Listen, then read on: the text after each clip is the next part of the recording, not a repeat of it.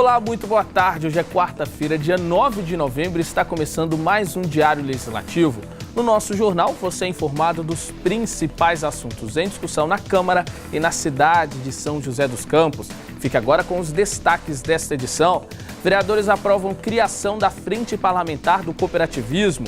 Atraso no pagamento de atletas e professores da Prefeitura foi assunto de destaque na sessão de ontem. Corte de cesta de Natal dos servidores também é debatido em plenário.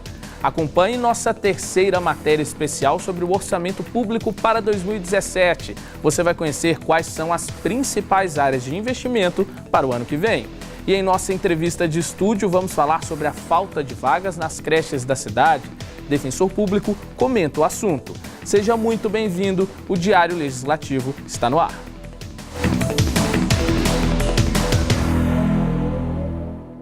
Como toda terça-feira, ontem foi dia de sessão aqui na Câmara. Na reportagem a seguir, você confere os assuntos que foram destaque em plenário. Veja.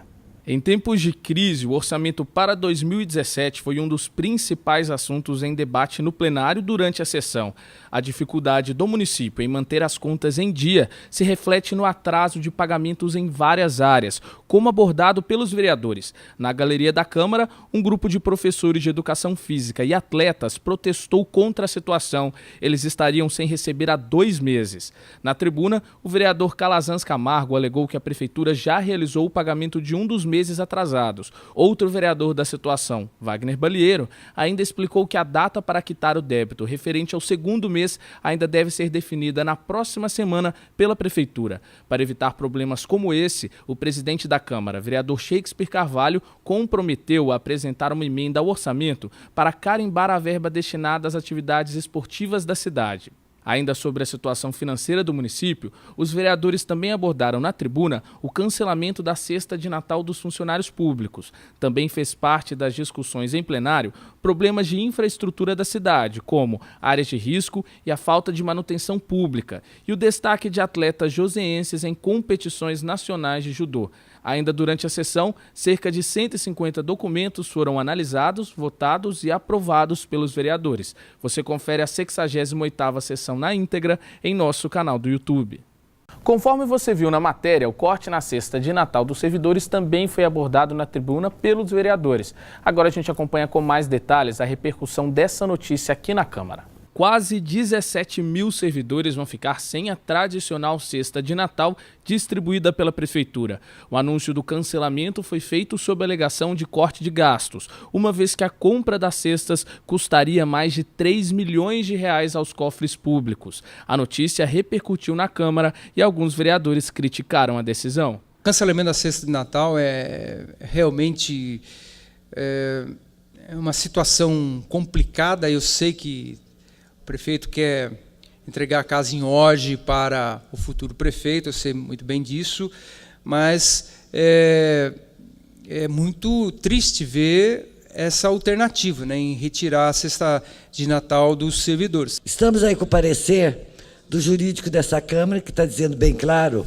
que não pode ser cortado nenhum benefício ou readaptado em 3 meses antes da eleição ou até a posse dos eleitos. Então, o prefeito resolveu cortar o benefício dos funcionários num período que era impossível, que era ilegal, mas assim mesmo ele, acreditando na impunidade e afrontando a lei, mais uma vez virou as costas para os servidores.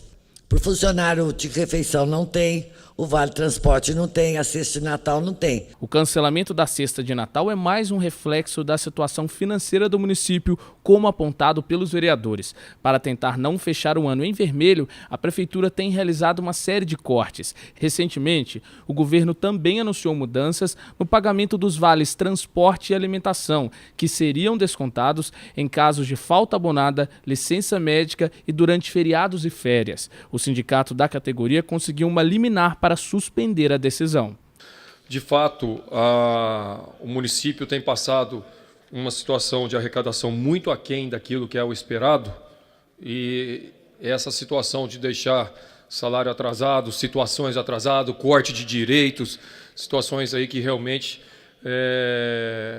não deveriam estar acontecendo, não são corretas, são situações que têm prejudicado bastante os servidores e os profissionais que atuam para atendimento da população. As receitas e mesmo a situação das despesas em relação ao aprovado no orçamento,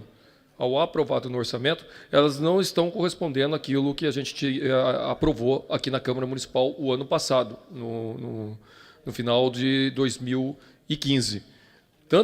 Principalmente a questão das receitas e também a questão das despesas. Isso muitas vezes tem fatores do próprio município, mas principalmente em função de fatores relacionados à atividade econômica do Brasil, que impacta a questão de receita de ICMS, que impacta uma série de outros fatores. Para protestar contra a situação, representantes do Sindicato dos Servidores Municipais ocuparam a galeria da Câmara. Uma paralisação foi marcada para o dia 11 de novembro. A paralisação do dia 11 é uma paralisação que está sendo chamada a nível nacional, por conta da 241, da reforma da Previdência, né, que retira direito dos trabalhadores. E aqui em São José dos Campos nós temos 2 motivos para parar. Né?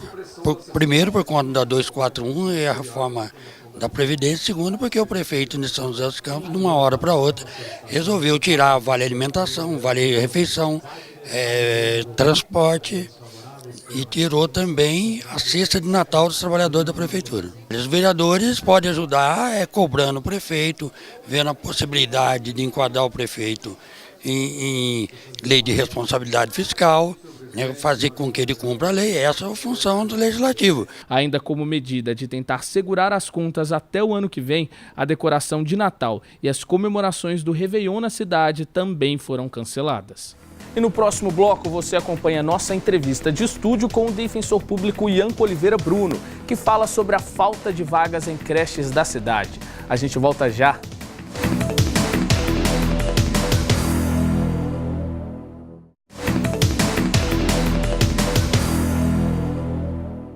Olá, estamos de volta com o Diário Legislativo. A falta de vagas em creches é um problema antigo no município e tem levado pais a procurarem a Defensoria Pública para garantir esse direito. Sobre o assunto, a repórter Vivian Scatolin conversou com o defensor público Ianco Oliveira Bruno. Acompanhe.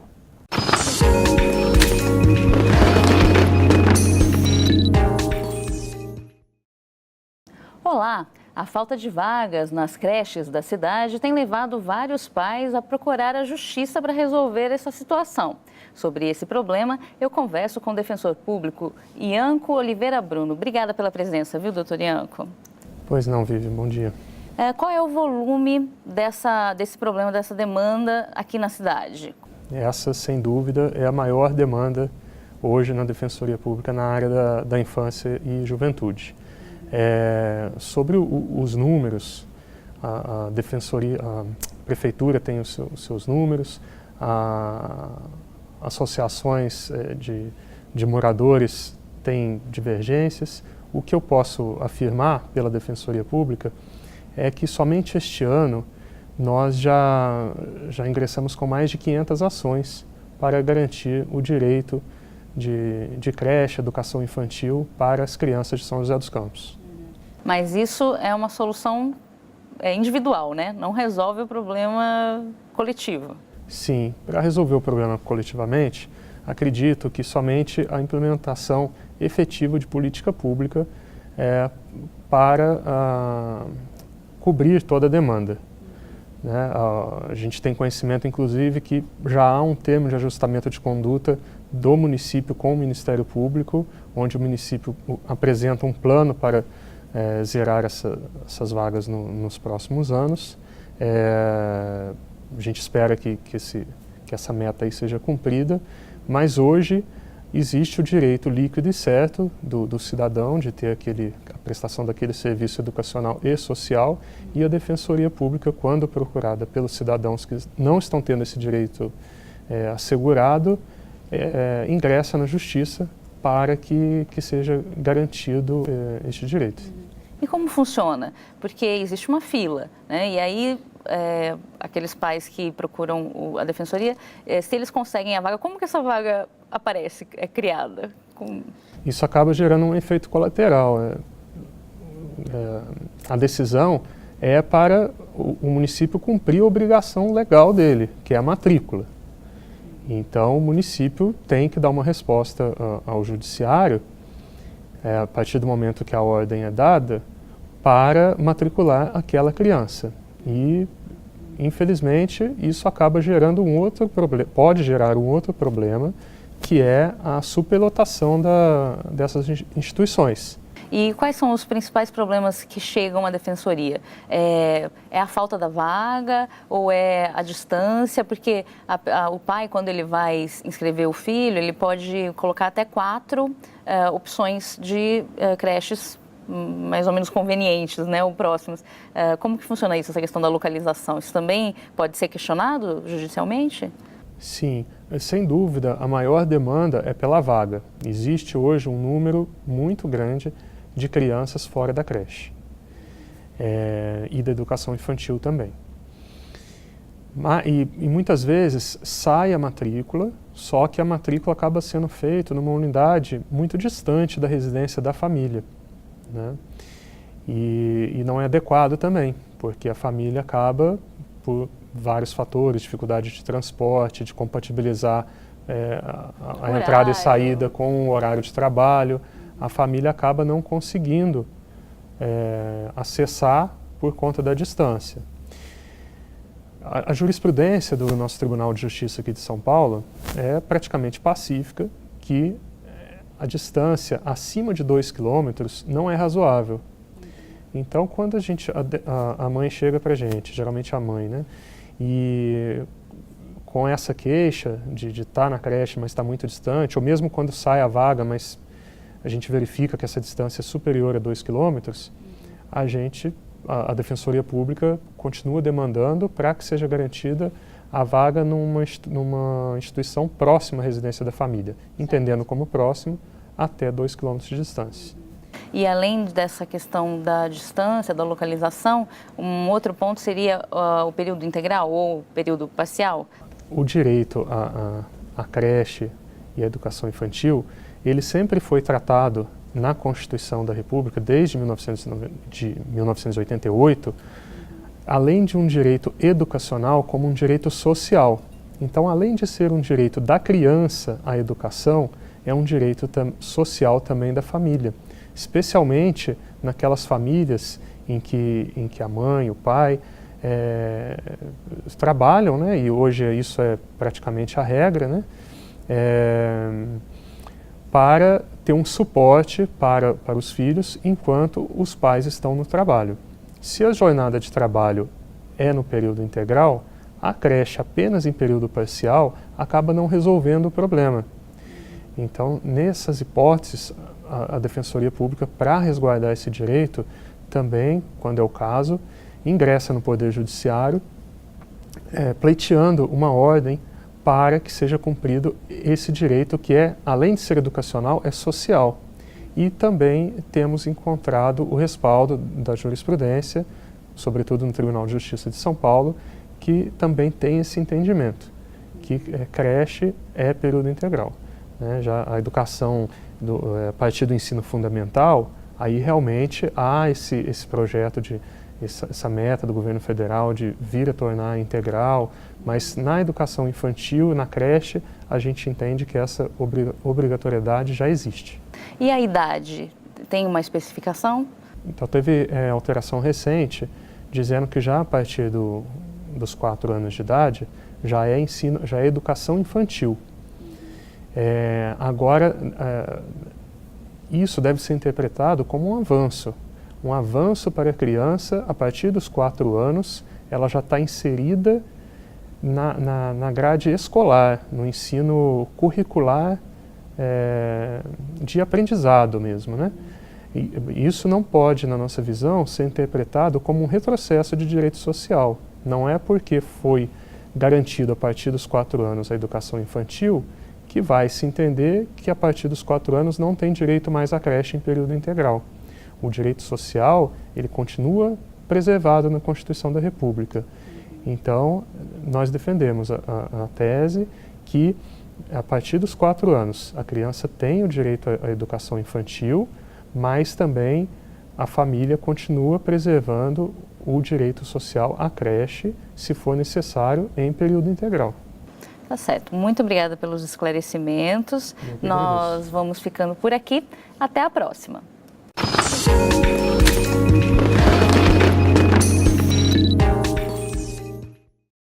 Agora o assunto é emprego. Fique de olho nas vagas disponíveis no PAT de São José dos Campos. É a nossa agenda de serviços.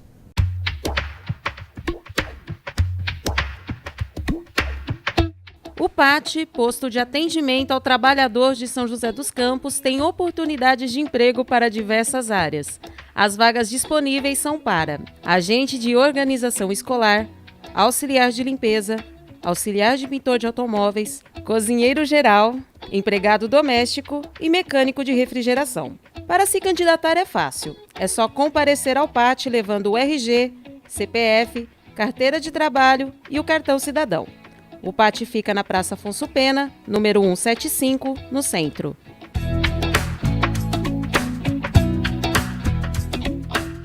No próximo bloco você assiste a terceira matéria especial sobre o orçamento público e conhece quais são as áreas que vão receber mais investimentos no ano que vem. E ainda, vereadores criam a Frente Parlamentar do Cooperativismo. A gente volta já.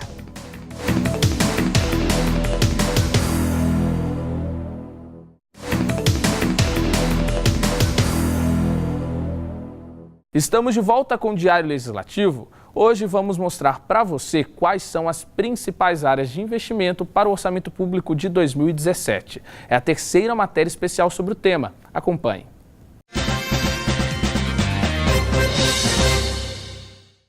R$2.644.467.000. Esse é o valor estimado para o orçamento do ano que vem. Entre as 3 secretarias que vão receber os maiores valores estão, em primeiro lugar, a Saúde, em segundo, Educação e, em terceiro, Transportes. Sozinho, o setor da saúde deve contar com mais de R$650 milhões no ano que vem. Quase metade dessa verba será investida na ampliação e manutenção de serviços nas áreas de atendimento emergencial e SAMU, atenção básica e atenção secundária, voltada para consultas especializadas. Evidentemente que temos gargalos para ser resolvido, não é só questão de dinheiro, depende da gestão também. Por exemplo, na área de saúde, não adianta criar programas, até bons muitas vezes, se não é o que é necessário de fato para a população. Por exemplo, o que a população quer? Cirurgias, exames de cirurgia que nós precisamos hoje na cidade. Então, eu entendo que recurso tem, mas é importante a gente priorizar o que a população de fato está querendo, não o que é interesse da prefeitura. Já a maior parte dos investimentos na educação vai ficar por conta do ensino fundamental. São mais de R$170 milhões que devem ser aplicados em reformas e construções de escolas. Ainda vão compor os recursos ações para a implementação do programa do governo federal que propõe a universalização do ensino pré-escolar, além de construção de creches. Quase metade do valor destinado à Secretaria de Transportes é para a execução das obras do BRT, que ainda não saíram do papel. Mais de R$101 milhões estão previstos para a realização e implantação do sistema viário. Outros 108 milhões serão destinados a obras viárias de estruturação urbana, como a construção de novas vias. Ainda consta nos investimentos da pasta a ampliação de ciclovias. O transporte, ela passa a ser, a cada dia que passa, em todas as cidades, no Brasil inteiro, algo muito importante, por isso os orçamentos vêm crescendo, porque o viário tem que ser muito bem trabalhado, tem que ser modificado. Hoje, com as necessidades das ciclovias, e você preferenciar mais o pedestre que qualquer outra coisa, você também passa a ter dificuldades maiores. É bom lembrar que o projeto do orçamento para 2017, que é 8% maior do que o do ano passado, é constituído por meio de estimativas de arrecadação, que podem ou não ser concretizadas. Essas arrecadações vêm tanto dos impostos que pagamos, quanto de empréstimos que devem ser realizados pela Prefeitura. Ainda vale lembrar que, se desconsiderados esses empréstimos, o valor do orçamento cairia para 2,361 bilhões, configurando um montante de 1,63% menor do que o de 2016. Evidentemente que o futuro prefeito vai ter que investir muito em outras áreas, como por exemplo no setor de serviço. Não dá mais para a gente apostar só na indústria, porque a indústria, o parque tecnológico industrial na cidade está definhando e aí o recurso cai. Estamos passando uma crise, então é importante apostar no setor de serviço em nossa cidade. É trabalhar de forma intensa, gota a gota, é aquela economia que a gente faz dentro de casa, cuidado com coisas pequenas, cuidado com os gastos, cuidado com todo o dinheiro que é público, que nada mais é do que a obrigação do gestor, mas cabe sim à Câmara Municipal ser um pouco mais firme nessas cobranças, que de fato nessa gestão faltou um bocado de bom senso para o Executivo e um pouco mais de cobrança dessa casa. E vamos agora saber como fica o tempo na tarde desta quarta e também para quinta-feira. A tarde desta quarta-feira fica com pouca nebulosidade e a chance de chuva é pequena. A máxima chega aos 30 graus, mínima 19. Amanhã o tempo fica aberto com pouca possibilidade de chuva. A máxima alcança os 28 graus, mínima 20. E a fim de incentivar o trabalho das cooperativas de economia, a Câmara aprovou a criação de uma frente parlamentar que irá trabalhar nesta área. Veja mais detalhes na reportagem. Foi aprovada na Câmara a criação da Frente Parlamentar do Cooperativismo. A frente será formada por 5 vereadores e terá como principal função incentivar a organização e o trabalho das cooperativas de economia. De autoria do vereador Rogério Ciborgue, o projeto de resolução que instituiu a frente assegura ainda a participação da sociedade em eventos promovidos pelo grupo. Primeiramente, o cooperativismo, e as cooperativas vêm crescendo. E vem crescendo de uma maneira muito rápida, principalmente no Brasil e também no estado de São Paulo. São José dos Campos tem excelentes cooperativas. Aqui nós temos cooperativas de banco, que é o lado da Crecem, temos outras cooperativas também, cooperativa de laticínio, e também temos as cooperativas que pegam latinha. Pega a cooperativa São Vicente, temos a cooperativa Alfa, temos uma cooperativa hoje em São José dos Campos que pega resíduo eletrônico, que é uma das poucas cooperativas no estado de São Paulo, e nós temos em São José dos Campos. Então nós, como vereadores, temos que estar próximo da cooperativa. A cooperativa é o terceiro setor, são pessoas que necessitam da nossa ajuda, precisam da ajuda do vereador, necessitam da ajuda do poder público. E para isso o vereador tem que ser o elo, fazer uma lei para que o vereador possa estar próximo com as cooperativas, para que a gente possa levar isso para a prefeitura e cobrar da prefeitura essa parceria que São José dos Campos e as cooperativas necessitam.